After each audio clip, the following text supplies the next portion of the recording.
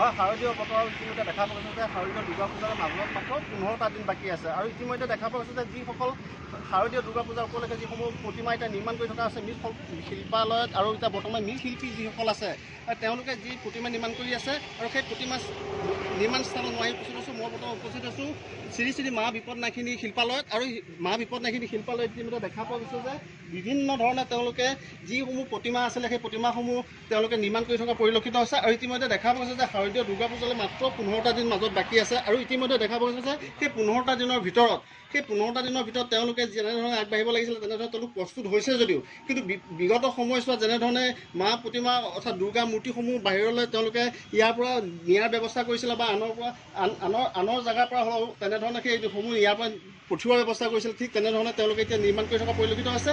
আৰু সদ্য এটা কথা ক'ব লাগিব যে মহামাৰী কৰোণাৰ কাৰণে ইতিমধ্যে দেখা পোৱা গৈছে যে সম্পূৰ্ণৰূপে যিসমূহ মৃৎশিল্প আছে, যিসকল মৃৎশিল্প লোক আছে, তেওঁলোকে এতিয়া সম্পূৰ্ণ তেওঁলোকৰ মুখৰ হাঁহি নাইকিয়া হৈ পৰিছে। কিয়নো মহামাৰী কৰোণাই সকলোকে তছনছ কৰি যোৱা পৰিলক্ষিত হৈছে। সকলোৱে মুখৰ আহাৰ নাইকিয়া হৈ পৰাৰ পৰিলক্ষিত হৈছে। তেওঁলোকে হাতে যি কৰ্ম কৰি পেলাই তেওঁলোকে দুবেলা দুমুঠি খাই আছিলে। আৰু মহামাৰী কৰোণা 6-7 মাহে যি লকডাউনৰ সৃষ্টি হৈছিলে, আৰু সেই তাৰ পৰিপ্ৰেক্ষিতত দেখা পোৱা গৈছে যে সম্পূৰ্ণৰূপে মৃৎশিল্পীসকল তেওঁলোকে ভাগৰুৱা হৈ পৰিছে। অৰ্থাৎ তেওঁলোকৰ যি হাতৰ বিদ্যা আছিলে, সেই হাতৰ বিদ্যাৰ পৰা তেওঁলোকে যি উপাৰ্জন কৰিবলগীয়া আছিলে, সেই উপাৰ্জনৰ স্থল ইতিমধ্যে বন্ধ হৈ পৰিছে। আমাৰ লগত এজন মৃৎশিল্পী আমাৰ লগত আছে, আমি তেওঁৰ পৰা জানিবলৈ বিচাৰিম। কি ক'ব দাদা? দেখা পোৱা গৈছে যে বিগত বছৰত আপোনালোকে যেনেধৰণৰ মূৰ্তিসমূহ নিৰ্মাণ কৰি পেলাই বাহিৰলৈ নিয়াৰ ব্যৱস্থা কৰিছিলে, এইবাৰ আপোনালোকে কেনেধৰণে আগবাঢ়িছে? যিহেতু মহামাৰী কৰোণাই সম্পূৰ্ণ শেষ কৰি পেলালে, আপোনালোকে কেনেধৰণে আগবাঢ়িছে? এইবাৰ ক'বলগীয়া নাই আমাৰ, তাৰমানে এইবাৰ একে কৰোণা একেবাৰে আমাকে মাৰি পেলালে। এইবাৰ পূজাও নাই, তেনেকুৱা দুৰ্গা মূৰ্তি সৰু সুৰা 4-5টামান বনাইছোঁ।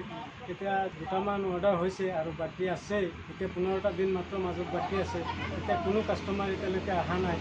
এতিয়া সেইটোকে চিন্তা কৰি আছোঁ কি হ'ব এতিয়া।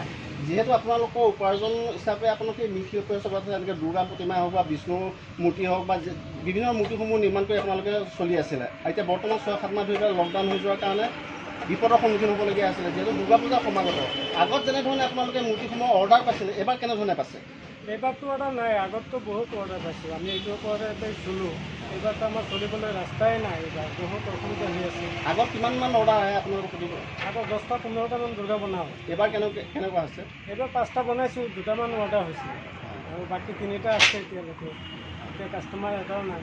এতিয়া সেইটোৱে চিন্তা কৰি আছোঁ কি হ'ব এতিয়া। হয়, নিশ্চয়কৈ ক'ব লাগিব যে এইখিনি সময়ত তেওঁলোকে এতিয়া চিন্তাত হৈ পৰিছে। কিয়নো এইবাৰ তেওঁলোকে 5জন প্ৰতিমা বনাইছিল যদিও সেই 5গৰাকী মূৰ্তিটো প্ৰায় 2জন মূৰ্তিয়ে বাহিৰলৈ যাব বুলি তেওঁলোকে জানিব দিছে। আৰু ইতিমধ্যে দেখা পোৱা গৈছে যে বিগত বছৰত যি 10-12জন তেনেকুৱা ধৰণৰ মূৰ্তি তেওঁলোকে স্থাপন কৰে। মোৰ প্ৰতিটো সাংবাদিক মই দেখা পাবলৈ অনুৰোধ জনাইছোঁ, এনেধৰণে তেওঁলোকে বনাই ৰাখিবলগীয়া হৈছে। কিয়নো এইবাৰ গ্ৰাহকৰ অভাৱ হৈছে। যিহেতু সম্পূৰ্ণৰূপে চৰকাৰে নীতি নিৰ্দেশনা জাৰি কৰাৰ পিছতে কোনো ধৰণৰ মণ্ডপসমূহ বাহিৰত স্থাপন কৰিব নোৱাৰিব। আৰু তাৰ পৰিপ্ৰেক্ষিতত এতিয়া সম্পূৰ্ণৰূপে এনেধৰণে মূৰ্তিসমূহ নিৰ্মাণ হৈ পেলাই এনেধৰণে শিল্পালয়তে থাকিবলগীয়া হৈছে। আৰু এই ক্ষেত্ৰত ক'ব লাগিব যে মহামাৰী কৰোণাই সম্পূৰ্ণ ত্ৰাস কৰি যোৱাৰ পিছত সমগ্ৰ দেশৰ লগতে অসমতো যি ত্ৰাস সৃষ্টি কৰিছিলে মহামাৰী কৰোণাই, তাৰ পৰিপ্ৰেক্ষিতত দেখা পোৱা গৈছে এই মূৰ্তিসমূহ এনেধৰণে কৰি থাকিবলগীয়া আছে। আৰু এইসকল মৃৎশিল্প এতিয়া তেওঁলোকে হাহাকাৰ কৰিবলগীয়া আছিলে যে তেওঁলোকে যেনেধৰণে চলিব লাগে তেনেধৰণে চলিব পৰা নাইকিয়া, যাৰ কাৰণে তেওঁলোক এতিয়া শংকাটো পৰিছে। আৰু আনহাতে ক'ব লাগিব এটা কথাই যে এই মৃৎশিল্পৰ দ্বাৰা অৰ্থাৎ যিসকল শিল্পী আছিলে তেওঁলোকে এনেধৰণে মূৰ্তি নিৰ্মাণ কৰি